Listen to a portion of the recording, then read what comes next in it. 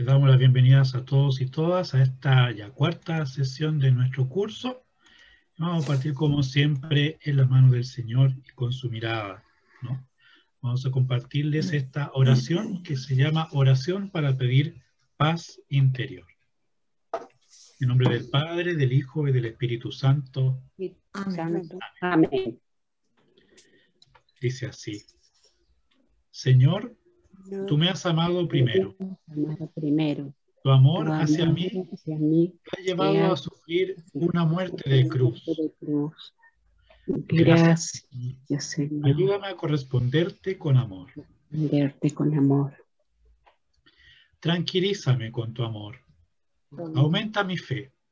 Haz que te sienta como realmente estás, más cerca de mí que yo mismo. Ayúdame a aprovechar bien las dificultades, estas oportunidades tan fecundas como dolorosas de encontrarme más profundo contigo y conmigo. Hazme comprender que con cada cruz que nos viene, tú nos das siempre tu gracia, que en cada dolor tú nos das la fuerza necesaria. Nunca permitas que seamos tentados por encima de nuestras posibilidades. Haz que yo me sienta seguro de ti.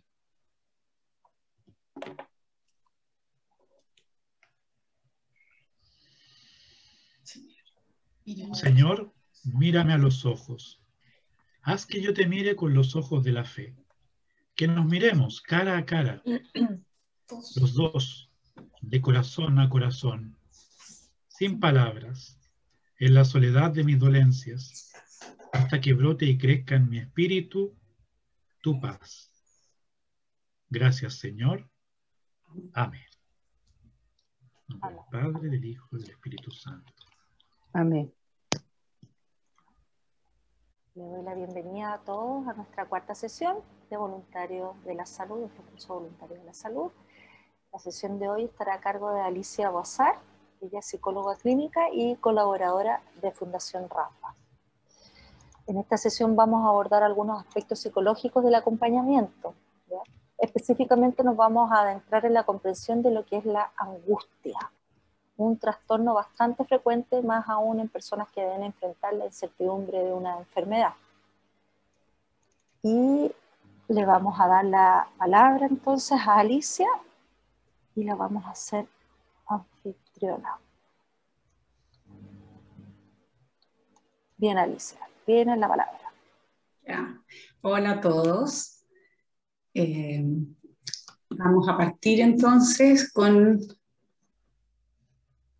la presentación.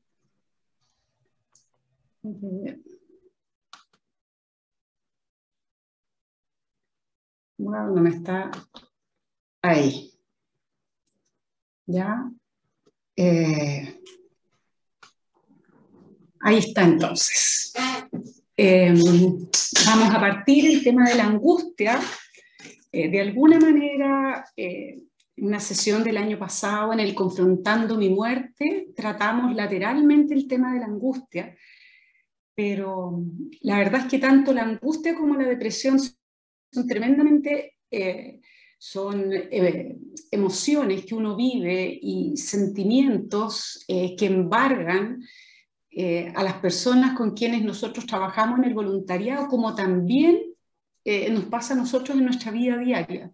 Ya el trabajo ahora que vamos a ir haciendo sobre la angustia habla de cómo tratar la angustia y que es un fenómeno existencial, o sea, básicamente todos sentimos angustia. ¿Ya? ¿Cómo la vivimos? ¿Qué tan extendida es en nuestra vida? ¿Por qué razones se gatilla? Eso lo vamos a ir viendo para en el fondo ir obteniendo mayores recursos para lidiar con ella nosotros mismos, como personas, en nuestra familia, como también como personas que estamos ejerciendo voluntariado, ¿ya? Entonces, como decíamos que es difícil dar algo que uno no tiene, después si nos toca estar con personas que están viviendo una crisis de angustia, un momento muy angustioso, es bueno nosotros poder ordenar nuestra angustia para poder ser una mejor compañía, ¿ya? Entonces, por eso el motivo y el trabajo que les voy a presentar acá, y que bueno, espero que les guste. ¿Ya? La otra cosa también, vamos a tener acá pinturas que, entonces, bueno, les estaba diciendo, los cuadros que hay ahí son de Edvard Munch y nos van a acompañar a lo largo de esta presentación, porque él fue un pintor tal como vemos Van Gogh, porque son más o menos de la misma época, como de 1850, por ahí, que él verdaderamente vivió una vida en que la angustia y las problemáticas existenciales lo acompañaron, ¿ya? Y en esa época no hay tanto pintor que la plasmara de esta manera, y él decía al final que en realidad no podía deshacerse de su angustia, porque si no, no podría haber pintado, no podría haber sido la persona que fue también sin su angustia.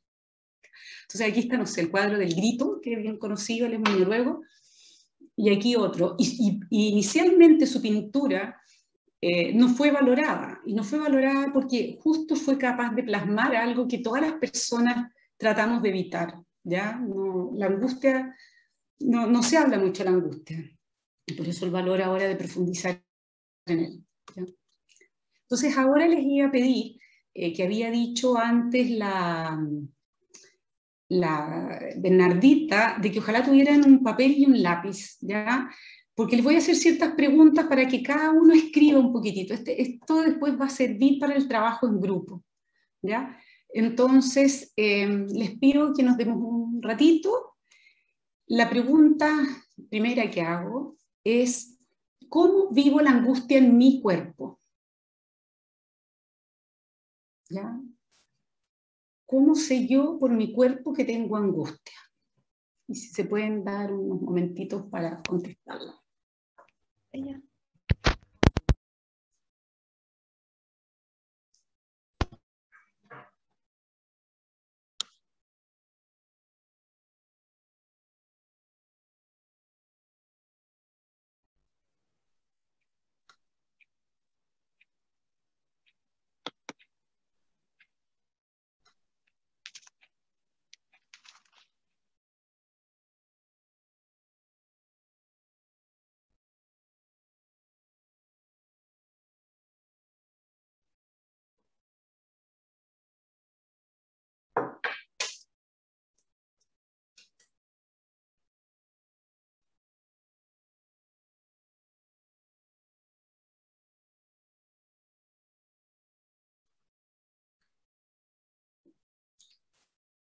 La segunda pregunta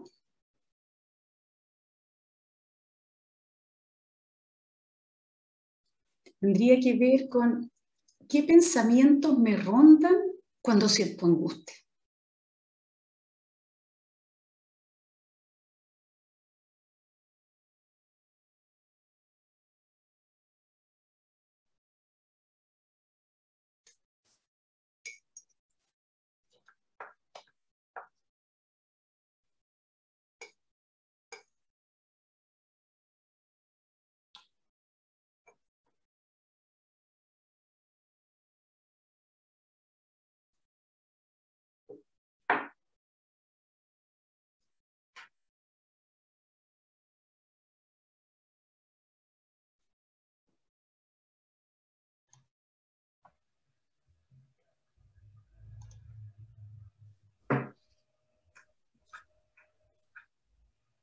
Ya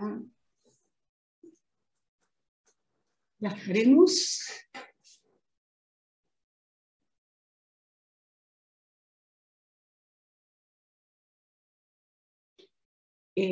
Ahora estas preguntas son bien interesantes y muestran algo bien que no es tan obvio, pero la verdad es que nosotros sabemos que tenemos angustia a través del cuerpo. ¿Ya? La angustia que de repente sentimos mental o en fin, por lo que entra por nuestros sentidos, si hay un evento, una situación, es el cuerpo el que me avisa de esta angustia.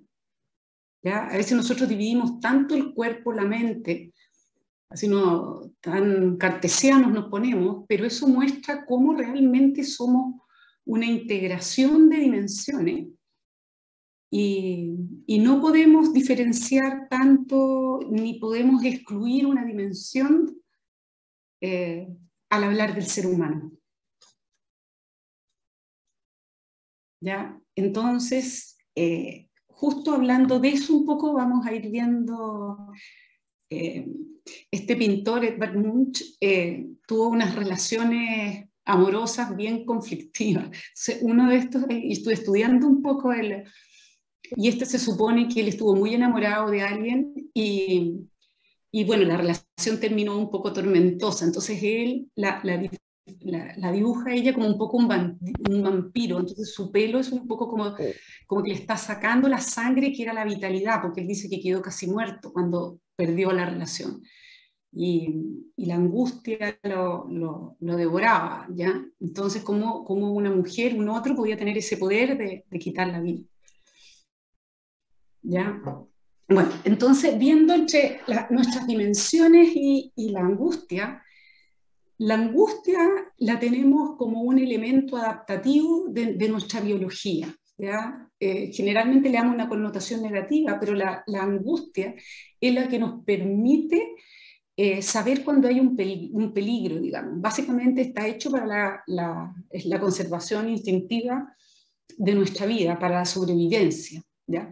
Ahora, la angustia y la ansiedad las sienten ya animales o personas ya que tenemos un sistema nervioso central, o sea, de los más desarrollados, ¿ya? Y con el sistema nervioso periférico, en fin, y el autónomo, ¿ya? Pero básicamente entonces el sentir angustia es un mecanismo que tenemos orgánico para poder adaptarnos a nuestro entorno.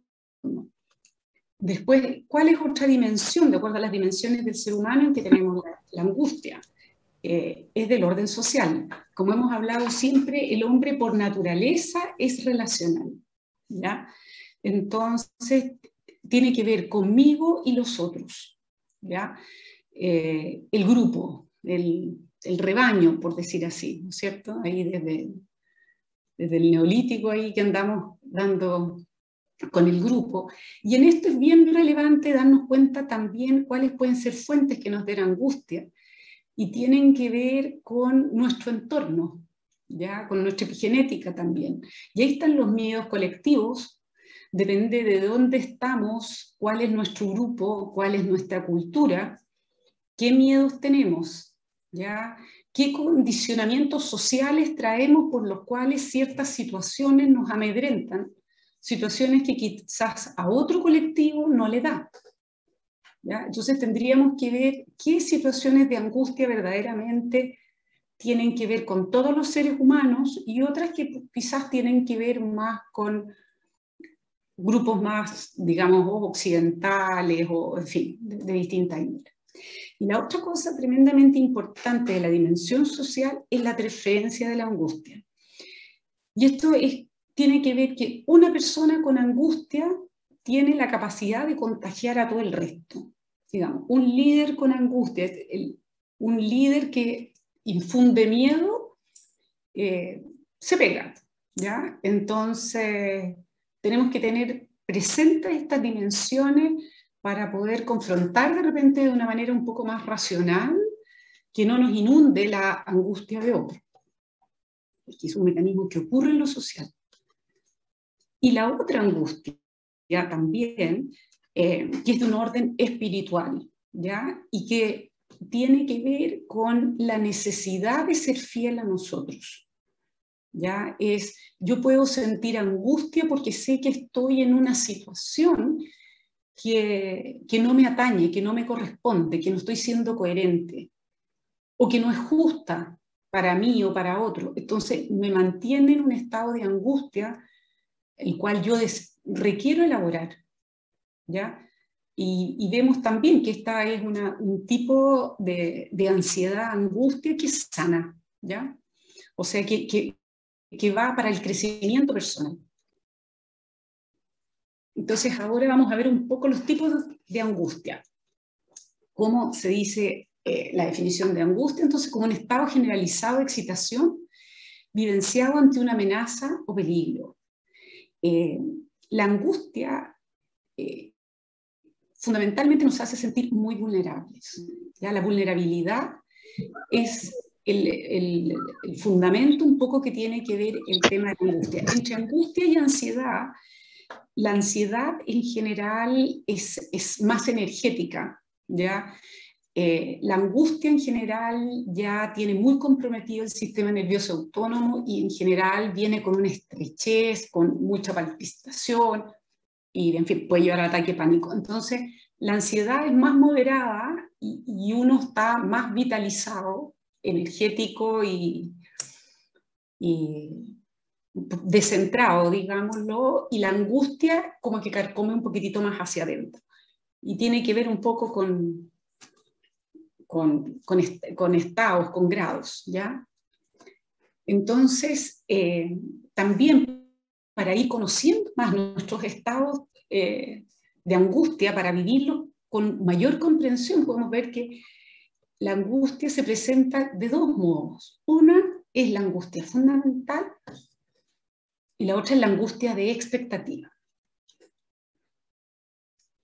La angustia fundamental. La angustia fundamental tiene que ver con la vivencia de una pérdida de estructuras externas. Es decir, es la sensación de que yo he estado sintiéndome siempre seguro en una realidad y de repente un pilar en mi vida desaparece. ¿Ya? Yo podía estar en una situación absoluta de confianza previa y algo de repente ocurre que ocurre externo a mí, o sea, básicamente hay una vivencia como de un abismo que me deja caer, nada me sostiene, esa es mi vivencia, ¿se fijan? O sea, otra persona quizás pues, lo ve de afuera y no lo ve así, pero la vivencia personal es esa, el de caer, de caer hasta el infinito, o bien igual, pero básicamente perder el piso, como se dice, ¿ya? Y como dice ahí, puede ser un tema de salud, puede ser un tema de pérdida de trabajo, de jubilación, de pareja, puede ser quedar en ridículo frente a una situación compleja, en fin, pueden ser de distintas maneras, pero esa es la vivencia, de que algo que yo creía muy sólido, que me sustentaba, se pierde. Y si eso se pierde, ¿dónde quedo yo? Porque yo estaba parada sobre esto. ¿Ya? Y la angustia fundamental por excelencia es la muerte. ¿Ya? El miedo a la irrupción de la nada. ¿Ya? Pero básicamente esa es la, no estamos per se hablando desde la fe, pero ¿no es cierto? Como decíamos, la vida es un instante entre dos eternidades, y bueno, ¿qué pasa en la otra eternidad? ¿No es cierto? En que sabemos que es más probable que no haya ni tiempo ni espacio, ¿qué es eso? Ahora, la verdad es que la muerte está siempre ahí en espera. El día que, desde que se nace, sabemos que todos vamos a morir, pero como hemos hablado antes, no lo tenemos tan claro, ¿ya? O sea, o no lo tratamos de hacer presente. Entonces, ahí se pierde un poco el sostén en el mundo, ¿no es cierto? Y la realidad se vive como un abismo que asusta y puede llegar a paralizar. Después, hay otro tipo de angustia, que es la angustia de expectativa. Y esta es un condicionamiento. Es como el miedo al miedo, ¿ya? Entonces, la angustia de expectativa en general se basa de un miedo previo, de alguna experiencia que uno vivió o que uno vio que otra persona tiene, pero básicamente es el miedo que vuelva a ocurrir algo que yo considero tremendo, ¿ya? Entonces, una definición aquí también, entonces por eso la pérdida del sostén ahora no es en el mundo, sino en uno mismo. Es como que yo no sé qué hacer en esa situación. O sea, yo me muero, ¿me entienden? Esa es la diferencia. En la otra es como que no tengo dónde sostenerme, pero en esta es yo no confío en mis capacidades, no encuentro mis recursos. ¿ya? Entonces esto hace que se gatillen una enorme cantidad de mecanismos de defensa, ¿ya? Vivimos harto nosotros con la angustia de expectativa. La angustia fundamental en general se da en circunstancias menores, como de la muerte, que si yo, a muchas personas no les ronda todos los días, ¿no es cierto? Las otras son las verdaderamente existenciales, y estas tienen que ver un poquitito más con nuestros conceptos más sociales, más de comunidad, ¿ya? Entonces se dice pérdida de valores sobrevalorados junto a una carencia de relación contenedora consigo mismo. Lo voy a poner primero en una cosa más o menos, por ejemplo, que podría ser simple, podría ser un chiquillo para dar su examen de grado, ¿ya? El valor es ser una persona inteligente, culta, educada, servir a la sociedad, y para eso que me vaya muy bien en mi examen de grado es fantástico. Pero de alguna manera lo tengo tan sobrevalorado que me crea una angustia de que no lo pase. Y eso, ¿me entienden? Sobrevaloro tanto este tema de que es relevante que yo lo haga tan bien, y como no tengo una relación conmigo en ese momento que de alguna manera me sostenga, caigo en esta angustia, ¿ya? Y ahí entonces uno empieza con ciertos mecanismos de defensa que vamos a ver un poquitito más adelante. Y una de las formas de aparición de estas angustias de expectativas son las fobias, ¿ya? Y se asumen que, ¿no es cierto?, que si yo evito cierta cosa, estoy segura. Centro toda mi inseguridad en algo en especial, y entonces, si no estoy en esa situación, estoy segura. Y eso es un manejo del mecanismo de defensa mental, ¿ya? Para tratar de arrinconar y dejar entonces mi angustia, que estaba flotante, en un aspecto bien específico.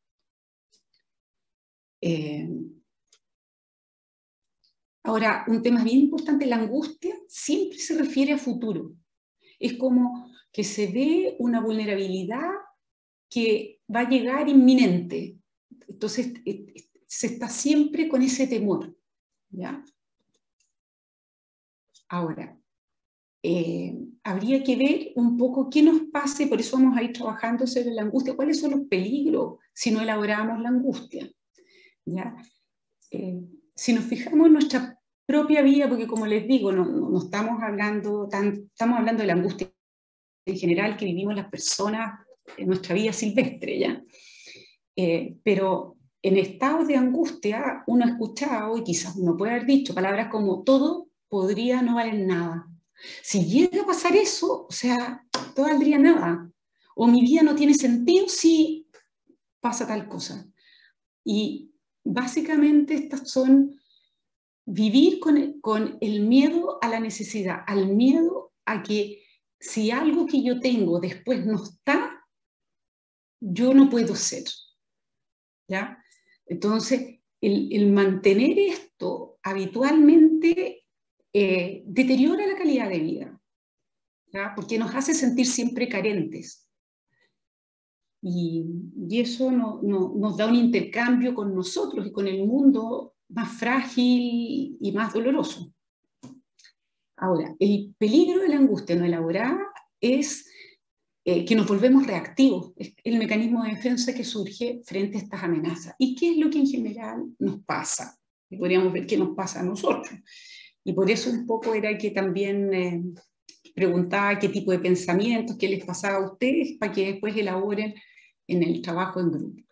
Lo primero que ocurre en esto es la evitación, ¿ya? Por ejemplo, también por poner un caso de evitación, podría ser alguien en su trabajo que tiene mucho temor a perder su trabajo, a quedar cesante o una cosa así, y empieza a aceptar un trato o condiciones que considera que no son justas, que no son correctas, pero sí hace el leso y evita ciertas conversaciones, y ahí podemos ver, ¿no es cierto?, cómo pierde existencialidad esa vida, ¿ya? Pero lo más importante de este tema de la evitación es darnos cuenta qué tan seguido evitamos en nuestra vida, ¿ya? Dentro de los mecanismos de defensa, el que gasta menos energía es la evitación. Entonces, el más utilizado, de lo que vamos a ir viendo, nos vamos dando cuenta que el más común es tratar de evitar situaciones porque pensamos que si las evitamos estamos más protegidos. Pero la verdad es que estamos tratando de eliminar un síntoma, pero la problemática de fondo permanece. Lo otro es el activismo. El activismo es cuando vemos que hay una situación que está conflictiva, por ejemplo, algo que me produce un poco de angustia o alguna dificultad, es el hacer cosas como para que parezca que estoy resolviendo algo, pero no estoy resolviendo nada. ¿Ya? Entonces me puedo dedicar a, qué sé yo, a ordenar, a hacer esta cosa, voy a ir a ver a tal persona, en vez de hacer esto hago lo otro. Entonces me lleno de actividades que van llenando mi día y me dan una falsa sensación de que sí estoy haciendo cosas y estoy resolviendo.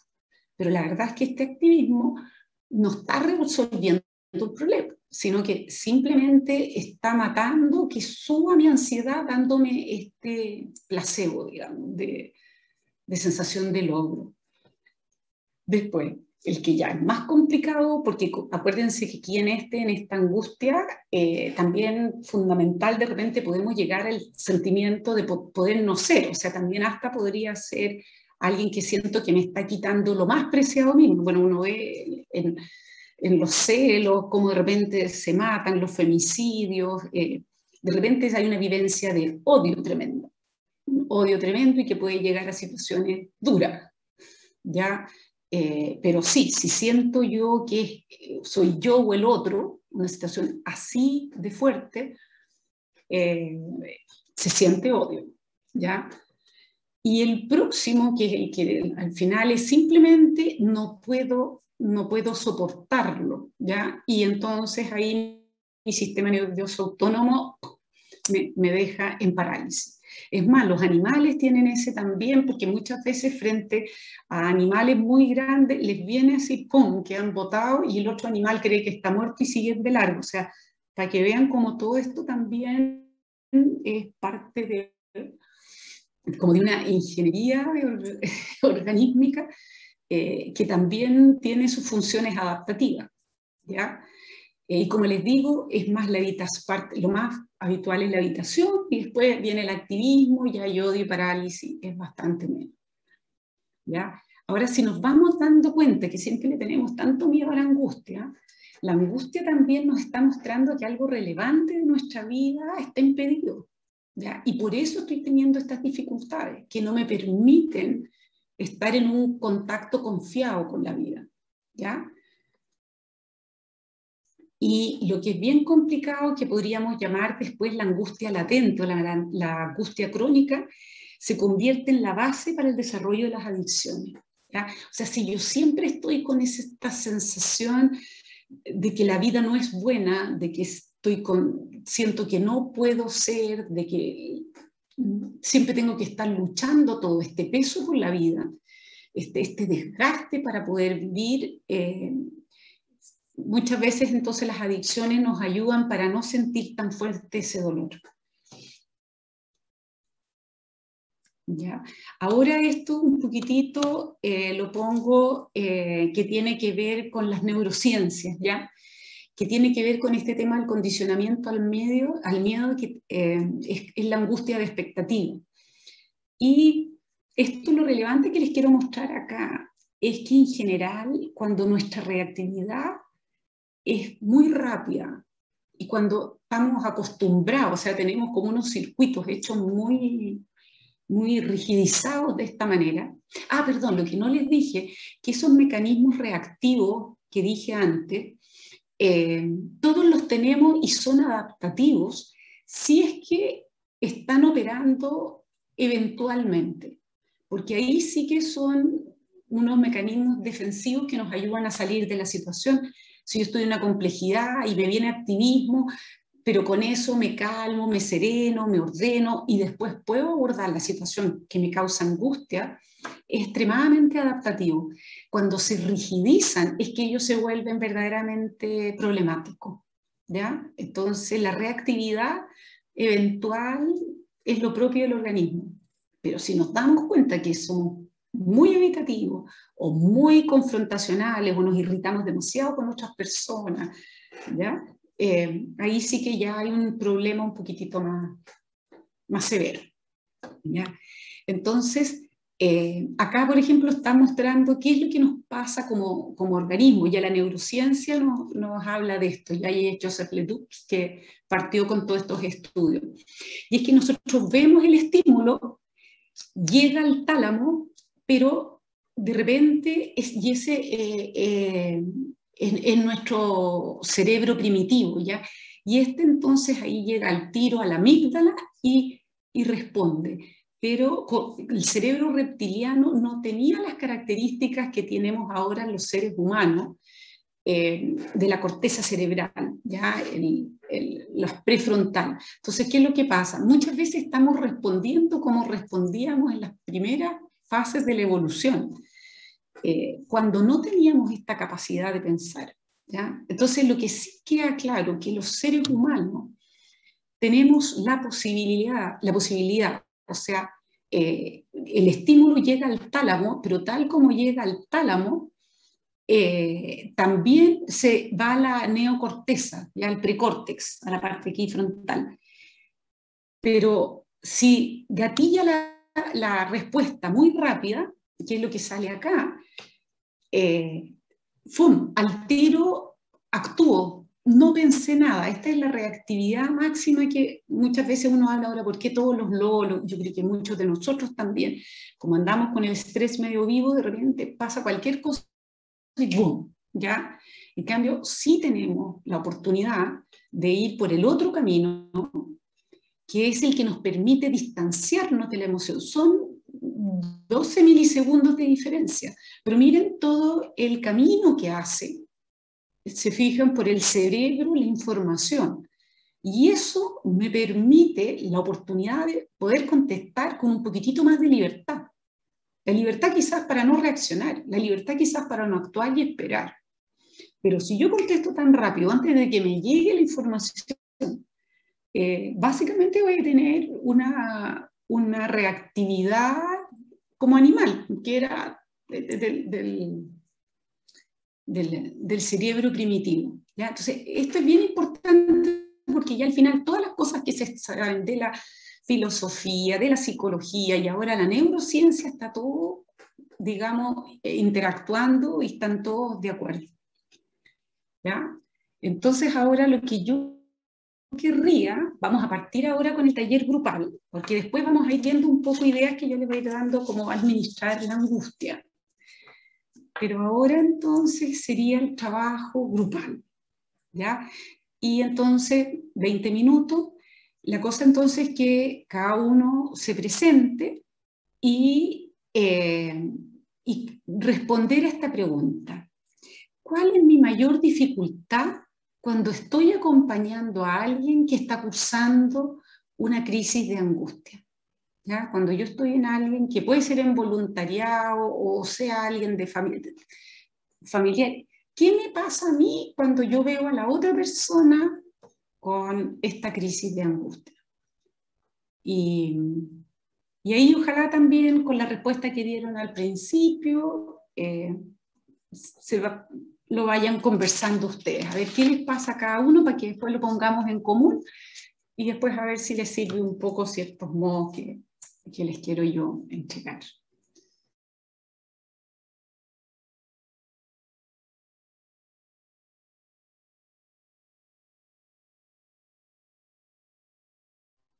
Ahí. ¿Te puedo hacer una pregunta? ¿Sí? Hace un minuto tú dijiste distanciarse de la emoción. ¿Cómo se puede lograr eso? ¿Tú tienes algún ejercicio como para enseñarnos cómo? Porque distanciarse de la emoción es como tan difícil, encuentro. Sí, justo eso, a ver, lo que pasa es que un poco lo conversé al en bueno, lo vamos a seguir hablando, pero en la como presentación, o sea, en el slide anterior, que nosotros tendemos a veces la autorregulación, que la verdad que no es autorregulación, es corregulación. Porque se dice mucho, que se autorregule, ¿no? Siempre la regulación es con un otro, ¿ya? Entonces yo quizás no tengo ningún problema para regularme con una persona X, pero con otra, yo quizás con un hermano pierdo la regulación fácil, pero no con otro hermano, ¿me entienden? Entonces el tema de la regulación, se habla mucho de la autorregulación, pero de verdad que más estudiándolo en detalle, es cómo yo con un otro me regulo. Es bueno, por eso de alguna manera es bueno saber de que mientras yo me mantenga en la emoción, no logro la libertad. No, ¿me entiende? Porque estoy en una esfera muy mía que no llego al espacio más espiritual mío cuando estoy full en una emoción. Es cuando yo me puedo distanciar y puedo ver y me puedo ordenar, es que puedo realmente utilizar mis distintas dimensiones. Y ahí emerge más lo espiritual, porque si no me contagio en lo emocional. ¿Te fijas? Entonces, eso significa cuando yo, esos milisegundos que hay de repente, es como me veo en la emoción y sigo ahí, pero hago un proceso de tratar de ver cómo estoy sintiendo, qué me está pasando, qué creo que le está pasando al otro. Son milésimas de segundo. Pero uno lo puede lograr. Es lo mismo que es como el contar hasta 10. Si tú haces y un silencio un poquitito más largo, a nadie le molesta. Al contrario, hace pensar que hay una dedicación, que está resonando. El silencio en general a uno le molesta solo si está con ansiedad. En una buena relación, si hay un silencio, si uno se siente bien con el otro, cada uno sigue sintonizado de una manera en un encuentro. Si un silencio nos está molestando es porque estoy con cierto grado de ansiedad. Entonces, el saber después que estoy ahí para estar con el otro, tranquilo, y no estoy en una prueba, nadie me está exigiendo, estoy ahí en un momento de empatía, entonces eso también reduce mi ansiedad. ¿Ya? O sea, no sé si eso te contesta y después voy a ir diciendo ciertas formas que pueden ayudar. Alicia, ¿sí? Alicia, una pregunta. En ese detenerse también, ¿será que es bueno como reconocer la emoción que tiene la otra persona y qué emoción gatilla en mí en ese detener? Exacto. Exacto. Eso tiene que ver con dejar ser el momento, más que tratar de controlar, ¿me entiendes? Porque el tema mío es como es estar 100% presente, es algo como le llaman la fenomenología, las cosas, pero tiene que ver que tiene que ver con este tema que estamos hablando también del poder ser, es como estar en confianza, asumir que algo va a ocurrir. Si yo lo miro desde la dimensión religiosa, si yo digo, Dios, por favor, hazte presente en mí, pero estando presente ahí y ver qué ocurre. Y eso ocurre desde como la entrega, desde la entrega a la situación, desde la entrega amorosa a lo que está la otra persona, de una mirada verdaderamente de compañero, ¿ya? En el momento en que yo me pongo presiones de rendimiento, es que yo lo tengo que ayudar, es que tengo que decirlo bien, es que todo es como que me salí del momento mismo, me salí del encuentro. Sin querer estoy como dando una prueba, ¿ya? Es como que quiero hacerlo bien, pero me salí del momento de estar con el otro. Y generalmente si yo permanezco en el otro, algo va a ocurrir. Algo, eso se da en esto, pero básicamente mi ansiedad no tiene que subir, ¿me entiendes? O sea, no me debo contagiar de esa ansiedad. Tengo que poder volver a mí, pero a ese espacio mío íntimo, más esencial, ¿ya? Que bueno, ahora lo vamos a ver un poco, pero que está en el que yo estoy más enraizada en mi fundamento, estoy como sostenida. Entonces, desde yo sentirme sostenida, puedo sostener al otro. A veces no tengo que decirle nada, él lo va a ver en mí, pero yo tengo que sentirme sostenida. puedo estar sostenida por mi Dios, puedo estar sostenida porque esto también vale no solo para las personas religiosas, quizás yo siento que en la naturaleza o todos somos uno como son los orientales, si eso me sostiene, pero sentirme sostenida.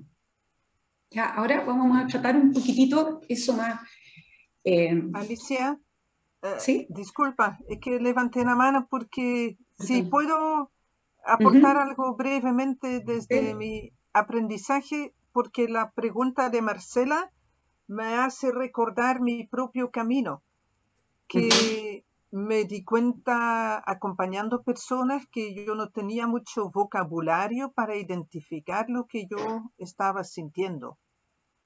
Y después de distintas maneras he ido aprendiendo eso. Entonces, ante la pregunta cómo lograr distanciar de la emoción, yo creo que es primero también aprender a identificar la emoción que me embarga. No creo que siempre angustias, pueden ser variadas. Y como lo que a mí me ayuda es yo mismo hablar con esa emoción, como reconocerla y decir, ya estoy sintiendo angustia o estoy sintiendo dolor. Dolor, yo te voy a llevar para poder estar ahora con la otra persona. Pero es efectivamente un diálogo al interior, no lo digo en voz alta. Y eso a mí me ha ido aprendiendo a estar presente sin que la emoción me domina en el encuentro con el otro. Eso nomás quería decir cuando me hizo mucho sentido la pregunta de Marcela.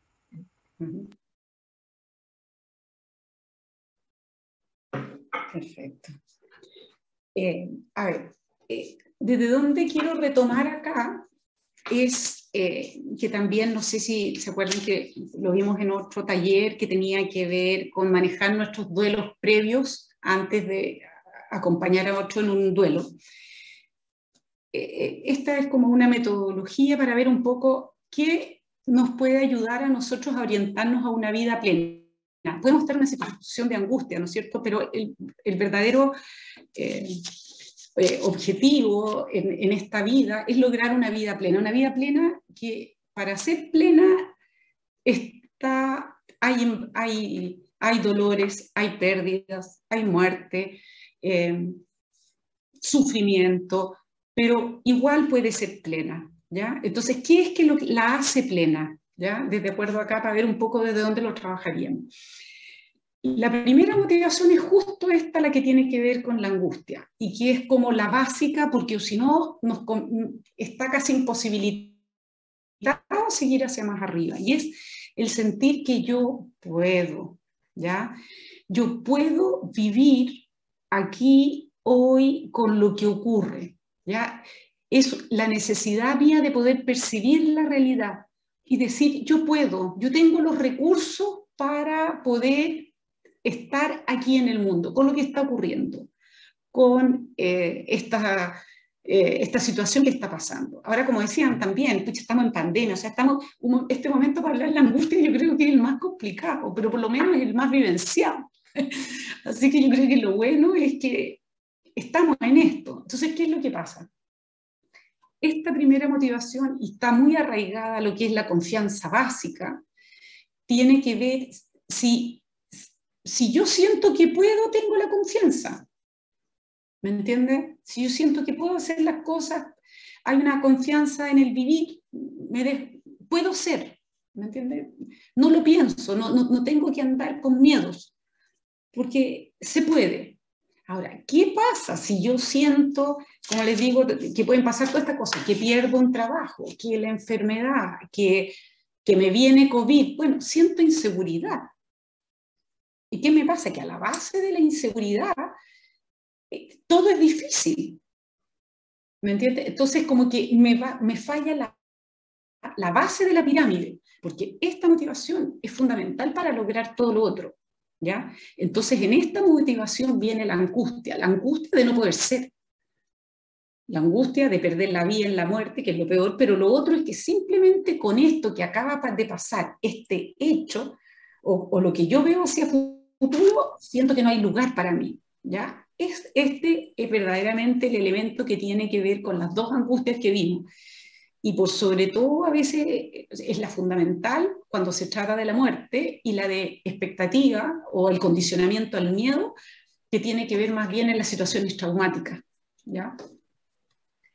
La segunda tiene que ver qué nos va dando una vida plena, ¿no? Es en el gozar, en el deleite de estar con un otro, ¿ya? El poder estar en relación. Entonces yo me siento parte de un grupo, ¿ya? Y en esto, en las labores de acompañamiento, el lugar familiar que tenemos todos, es simplemente el poder estar. Tiene que ver con el abrazo, tiene que ver con el tomarse las manos, tiene que ver con el estar en la mirada y estar en contacto con el otro, ¿ya? Sentir a un otro cerca. ¿Y eso qué me da? La sensación de afiliación y afectividad. Pero además me conecta, y que es extremadamente importante, porque también para la angustia lo más importante es ver cuáles son nuestros valores últimos, ¿ya? Porque antes estábamos viendo que si yo sobrevaloro el rendimiento y con eso después me va mal en una prueba, claro, el ser una persona aplicada y cumplidora está bueno, pero oye, en ese momento lo estoy sobrevalorando, ¿ya? O también, si porque me van a echar de mi trabajo, yo estoy sintiendo que no soy una persona competente, que no voy a poder en el futuro, porque la angustia va a futuro, proveer a mi familia, también estoy sobrevalorando ese valor, porque es una situación momentánea, se fijan, falta realidad. La primera motivación, lo que es súper importante, es estar en la realidad, que eso lo vamos a... Bueno, y básicamente si yo estoy en la 2, siento amor, porque comparto con el resto, y eso es lo que nosotros tratamos de hacer en el voluntariado, ¿no es cierto? El que la otra persona sienta que de verdad estamos ahí por el otro, y en un acto de cuidado mutuo, como hemos estado hablando, ¿ya? Es como el otro, yo quiero estar para el otro como me gustaría que un otro estuviera para mí, y comparto la vida así. Ahora, ¿qué me pasa si no tengo esto? Siento el aislamiento. Y el aislamiento me puede llevar a la depresión o me lleva a la angustia porque veo que otros están muy bien juntos, pero yo no pertenezco, no soy parte, ¿ya? Entonces la vida plena está también en esta necesidad de vinculación, de comunidad. Y por eso, bueno, estamos en esto, Rafa, comunidades que sanan, para ir cada vez fortaleciendo esta segunda motivación. La tercera motivación tiene que ver con el que yo siento que estoy eligiendo mi vida, ¿ya?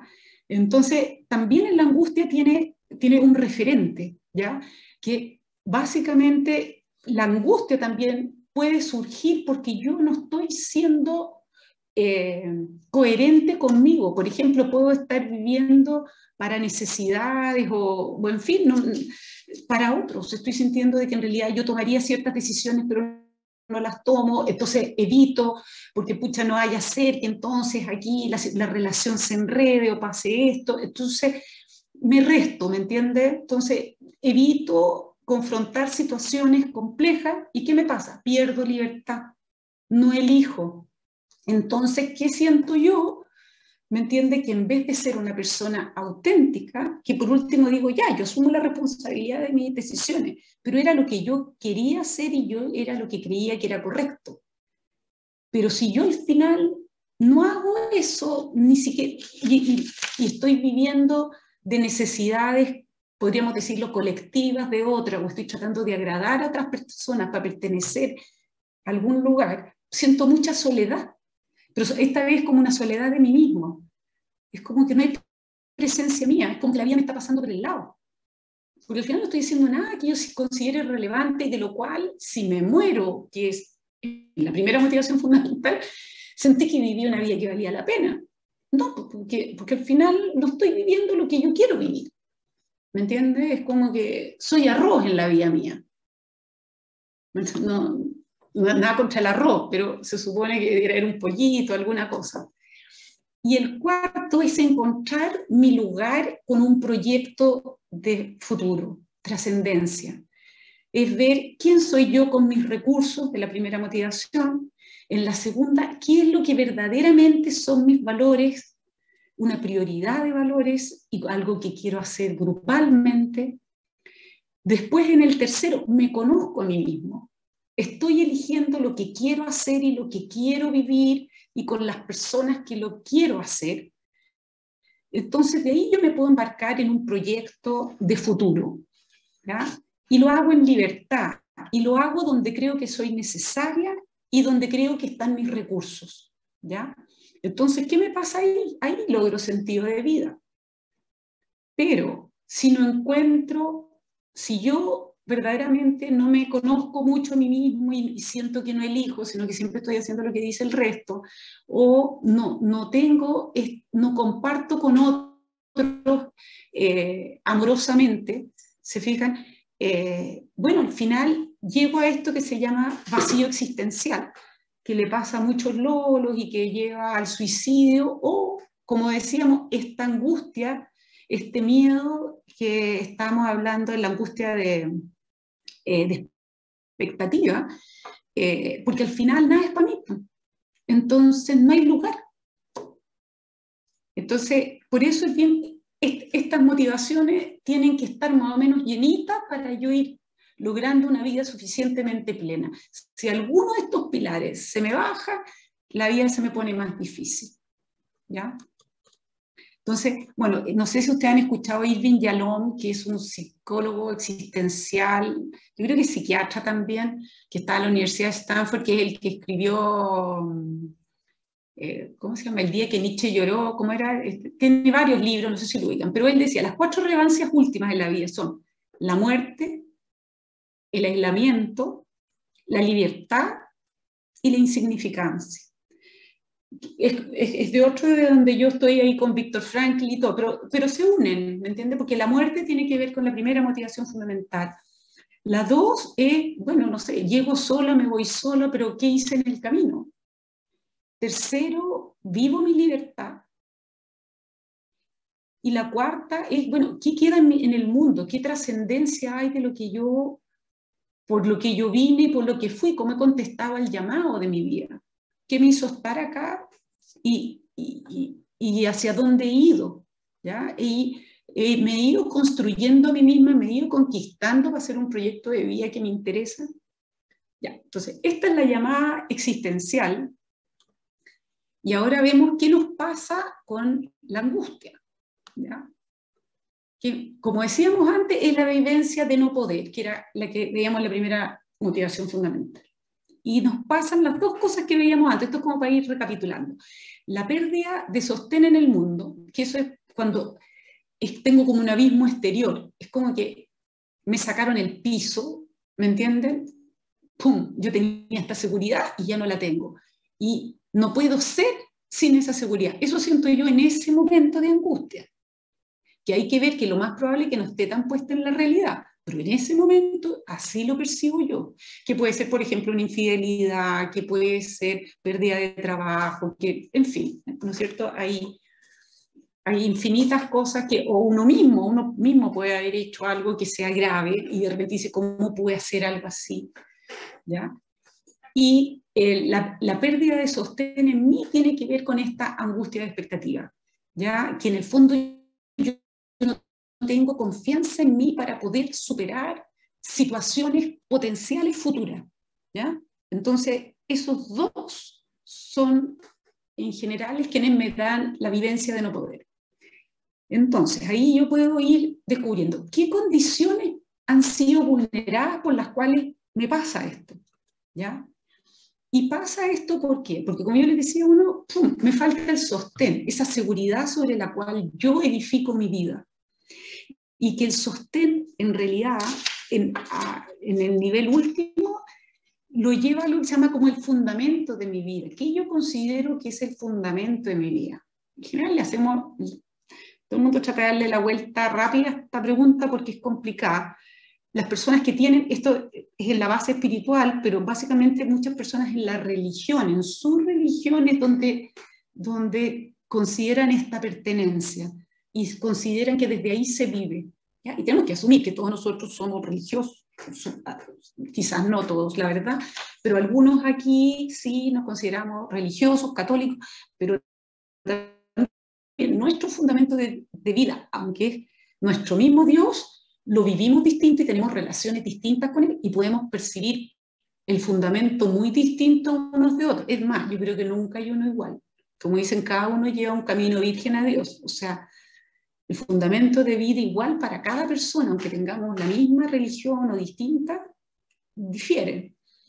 Después está la condición de la protección. La protección tiene que ver con, esto es lo mismo que una casa, ¿ya? Aquí tengo los cimientos, que es el sostén. La protección tiene que ver con los muros, para los vientos, ¿no es cierto?, para el calor, para la sensación de estar en un núcleo protegido, ¿ya?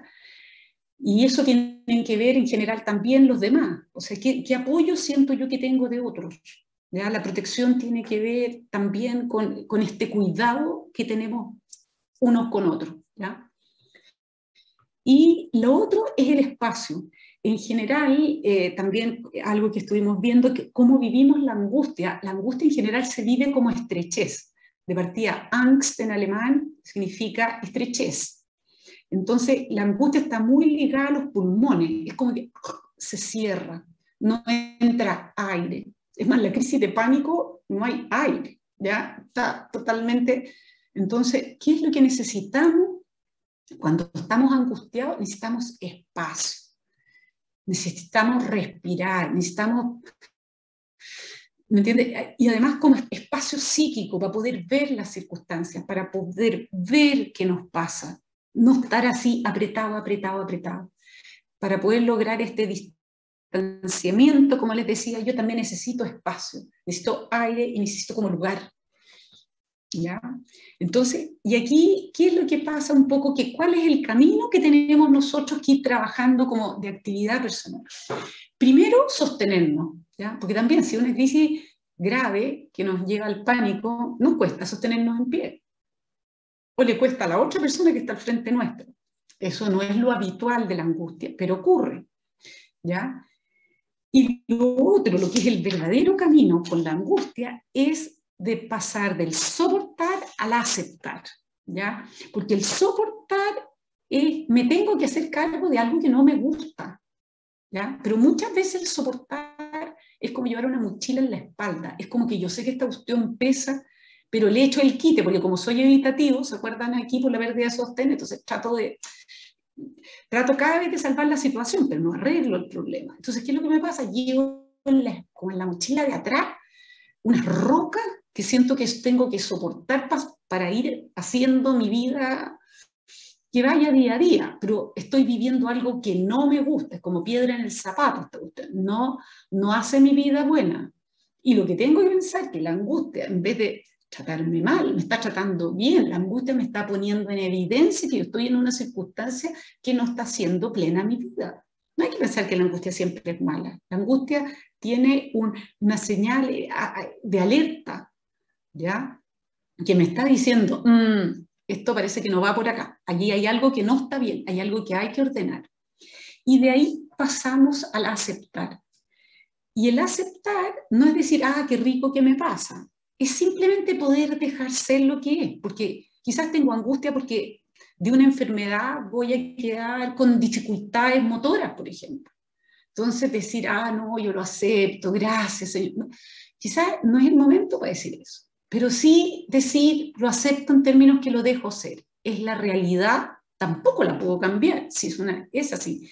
Pero emocionalmente voy trabajando desde el soportar esto que no me gusta pero a ver, ¿cómo hago para abuenarme con esta situación? ¿Ya? Y para esto es bien relevante que necesitamos los sentidos, porque lo relevante es estar en la realidad. Hay que pensar que cuando tenemos mucha angustia en general, estamos distorsionando la realidad. Lo que nos molesta lo estamos incrementando enorme. Entonces lo que es súper relevante, y en el acompañamiento con otros tiene que ver en tratar de volver a la realidad para medir de verdad de qué se tratan las cosas, ¿ya? Ahora, un poco cuál es el camino para hacerlo, ¿ya? ¿Qué nos pasa con esto? Es que primero, como corporalmente nos avisa que tenemos la angustia, lo que necesitamos es calma. Y varios de distintos grupos lo dijeron, primero tengo como que volver a mí. Si estoy con una persona que está en una crisis de angustia, primero tengo que acogerme yo a mí para estar entera, ¿ya? Y eso implica también ciertos actos corporales. Minimizamos mucho el cuerpo y también a muchas personas se da mucho medicamento contra la angustia y todo, pero hay harto elemento corporal que uno puede ir haciendo para irlo resolviendo. Y en esto entonces está en el respirar profundo. Hay varias maneras de hacerla. El mindfulness tiene que ver, y tiene que ver con soltar de pensar en futuro, ¿ya? Habitar el momento, como decía yo, esa cosa de no tratar de rendir, no pensar cómo lo hago bien, sino que estar en el momento y sentirse. De partida, si ustedes de repente están con un tema de angustia más severo por los problemas que se están viviendo, es muy importante el tema de conectarse uno consigo, porque si uno está como yo conmigo, eso ya es una protección. Es como de la segunda motivación, estoy yo conmigo y eso es más calentito. Ahora, el deporte también ayuda mucho, ¿ya? Porque hay todo un tema de endorfinas, pero también el de pisar, ¿cómo se llama? Suelo. La otra cosa también es que nos pasa a nosotros de que el nervio vago es tremendamente importante. Todos los nervios craneales que hay van desde el bulbo raquídeo a las distintas terminaciones, y en ellos, no sé, el nervio vago, un 80% de sus tejidos y todos son sensoriales. Entonces, si yo siento la angustia a través de los sentidos, ¿me entiendes? Si yo trabajo en estos nervios, y que son posiciones y ciertas cosas muy menores, me calmo, ¿ya? Lo mismo pasa también, bueno, con la postura, porque si yo tengo buena postura puedo respirar mejor. La gente también, cuando tiene esta cosa que siente, se echa agua, todo eso ayuda. Acariciar la cara, por ejemplo, también hay puntos de acupuntura. Yo les digo, por si de repente, esto uno no lo va a hacer delante de un voluntario, pero todo esto ayuda mucho. Y uno tiene que saber que tiene todos estos recursos primero para tenerse a sí mismo, para poder entrar en un proceso más de deliberación, ¿ya? Entonces, básicamente, lo que les quiero decir con esto es que lo concreto de esa angustia. Y al estar yo en mí, tengo esta distancia de la vivencia de amenaza, sea mía o de un otro, para poder estar 100% ahí. Si estoy tomada por una emoción u otra, que como decía Katy, de verdad que es bueno reconocerlas, que me parece un súper buen aporte, porque el ponerle palabra a las emociones me ordena y me baja también, ¿ya? Entonces, este tema, primero, es volver a mí en un tema corporal, porque acuérdense, la angustia, yo por el cuerpo llega y por el cuerpo también se va eliminando, ¿ya? Y después que ya tengo, ahí está esta calma, y que la otra persona salió de esa emoción también y ha vuelto a una calma, porque se siente en un encuentro con otra persona, se siente vista, se siente protegida, ya salió de esa emoción tan profunda de angustia, porque en el momento de profunda angustia, ¿me entiendes? No vamos a lograr gran cosa. Hay que llegar a una serenidad, a una calma. Y de ahí surgen preguntas como, ¿dónde veo el peligro, la otra persona? Es ir un poco, aquí hay varias preguntas. ¿Qué puede pasar realmente? La otra cosa, hay que ver un poco como qué tan calmada está la persona, porque también a veces preguntar, bueno, ¿y qué es lo peor que puede pasar en este escenario? Después también otra pregunta que es, ¿puedo mantenerme firme solo por ahora? Porque a ver, si la persona está con harta angustia, solo por ahora, en esta situación de angustia, ¿puedo pensar en esto? Porque acuérdense que la angustia siempre va con futuro, ¿ya? Solo por este momento. Ahora, ¿podemos pensar esto? ¿Habría alguna respuesta? No, ¿me entienden? Hay que ir así. Y bueno, y aquí empieza uno ya más lo racional para atraer la angustia a la realidad, de lo que verdaderamente es. Porque la persona que se hace, mira, bueno, en realidad no es tan peligroso. Ah, sí, ya. Entonces se va ordenando. Y quizás la situación es muy compleja, pero por lo menos está en realidad.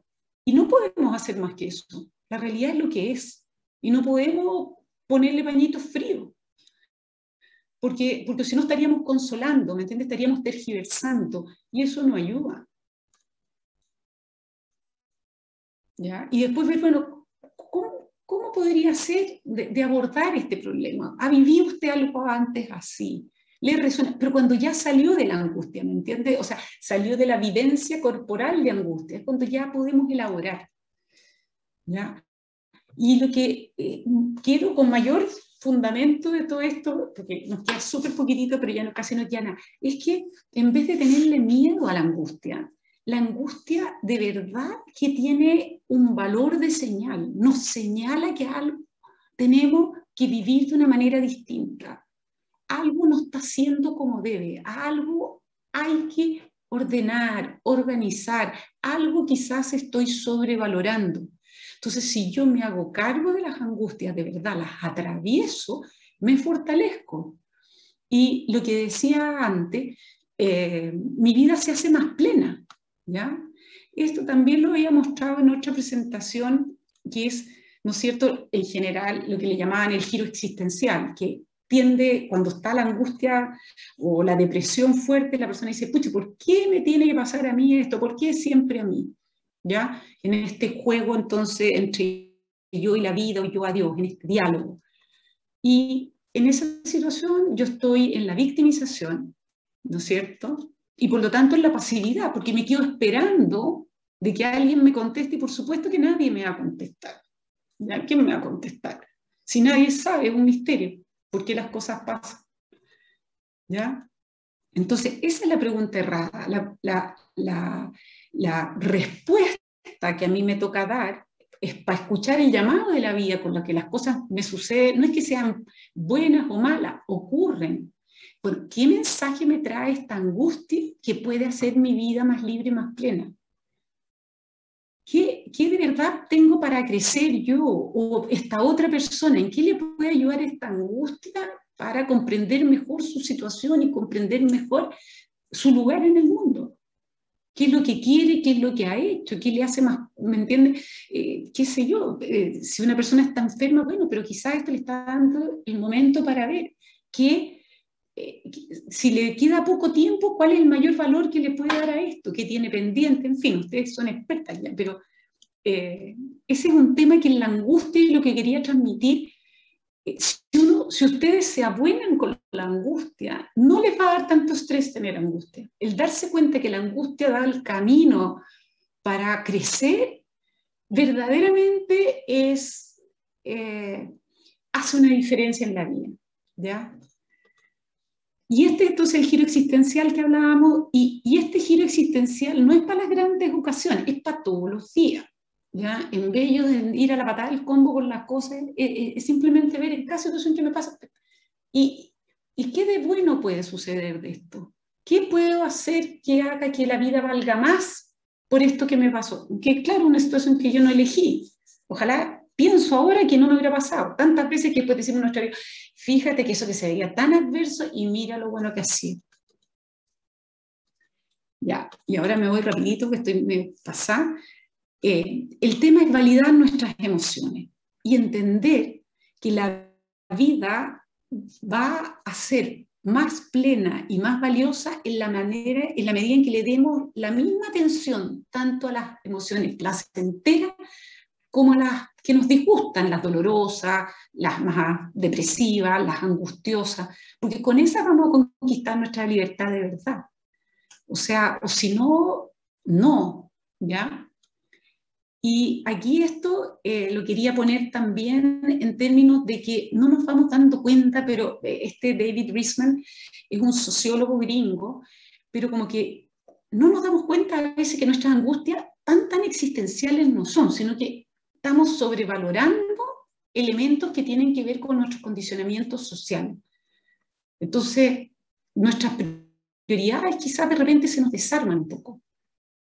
¿Ya? Entonces dice que eso pasa porque el hombre moderno está dirigido desde afuera, de tener éxito, en fin, 20.000 cosas. En cambio, que si estuviera dirigido desde adentro, quizás estuviera respondiendo más a su fundamento el ser, ¿ya? A su ser en profundidad, y no en una cosa competitiva y comparativa con el resto, sino que estaría haciendo su plan de vida y más tranquilo con los del resto.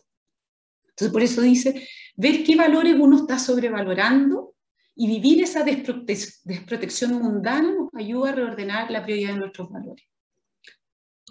Ya, y esto rapidito nomás. Y es lo mismo, eso es lo que les decía antes, que una angustia elaborada nos salva de una vida no vivida. ¿Ya? Nos da profundidad, porque dejamos de negar la muerte y los límites de la existencia. Nos saca del que cuando todo va bien somos súper poco sensibles a lo que pasa al resto. ¿Ya? Entonces, o si no, vivimos controlando, ¿no es cierto? Si andamos evitando el sentir miedo, andamos controlando, contratamos todos los seguros, manejamos todas las cosas creyendo que con eso estamos protegidos. Y además, si estamos en la realidad, sabemos que es falso. Las cosas realmente relevantes no las podemos controlar. Así que eso era. Gracias. Esta es bien bonita, pero ya, está de más, está todo dicho igual. Alicia, aquí hay una pregunta de Katy. Pregunta, ¿cuál es la diferencia entre sostener y soportar? Si la puedes clarificar. Es que sostener lo estaba diciendo en sostenerse. ¿Ya? El sostener significa que cuando ya la angustia verdaderamente, acuérdense que uno le viene el ataque de pánico y se desvanece. ¿Ya? Entonces, antes de entrar al pánico, el sostenerse, o sea, además piensen también, pueden haber temas de trauma, de violación, de muchas cosas. Entonces, a veces el sostenerse es una gran cosa en un momento de la vida. Puede parecer obvia, no es obvio, para nada. Y ese sostenerse se da por muchos de estos elementos corporales que dije inicialmente y sobre todo en la compañía de un otro que está. A veces no hay vocabulario para elaborar, o sea, pero simplemente el sentir de esta segunda motivación fundamental, que hay otra persona calientita que está y que le importo, yo no voy a abrir mi mundo, pero el saber que está y le importo es suficiente para ir atravesando estos espacios.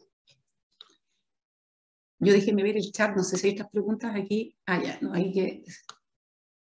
Ya. Eso. Muchas gracias, Alicia. No sé si alguien tiene alguna pregunta adicional antes de hacer el cierre. Parece que no. Gran tema.